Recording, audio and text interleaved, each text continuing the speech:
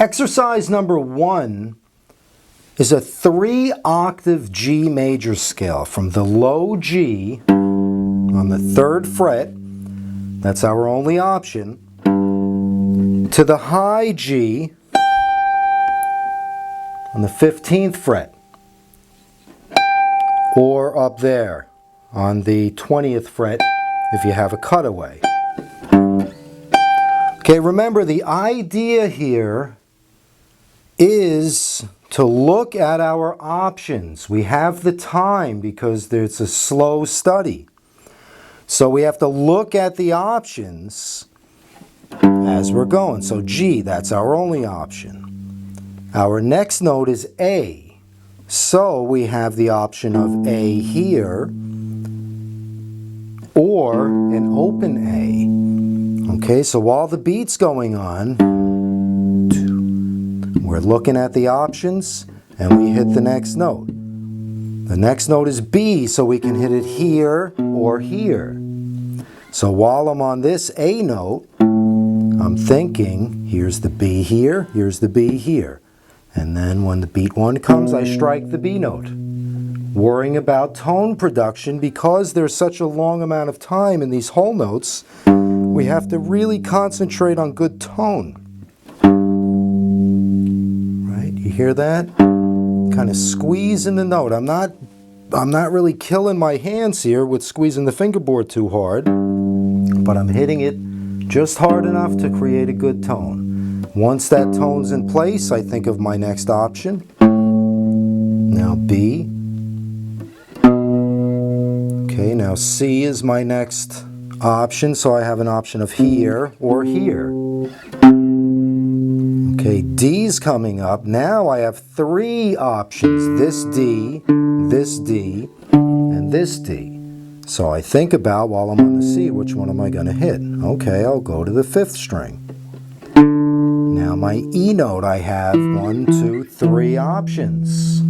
2, 3. Now I'll pick the 7th fret. Okay, give it a nice strike. Kind of, you can wiggle it a little bit to get better tone.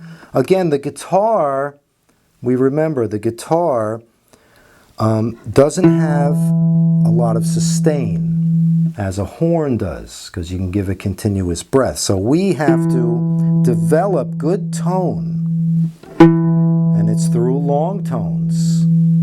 Okay, the other thing about the guitar is we have options, so we have to always be looking at the options. So these studies are really training our brain to look at the options, hear the option, and then hit the note. So for me, we got F sharp. There were your 3 options. Now we go to the G. Open G, 5th string, 5th fret, 5th string, and this one. We have 4 options.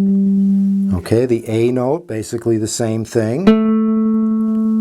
Okay, and then B, we have open B now, this B, this B, this B, and that B if you have a extended fingerboard. 5 B notes. Okay, then C and D and so on and so forth, all the way up to the high G. Okay, now when we descend, we want to not again use the same fingering we use going ascending.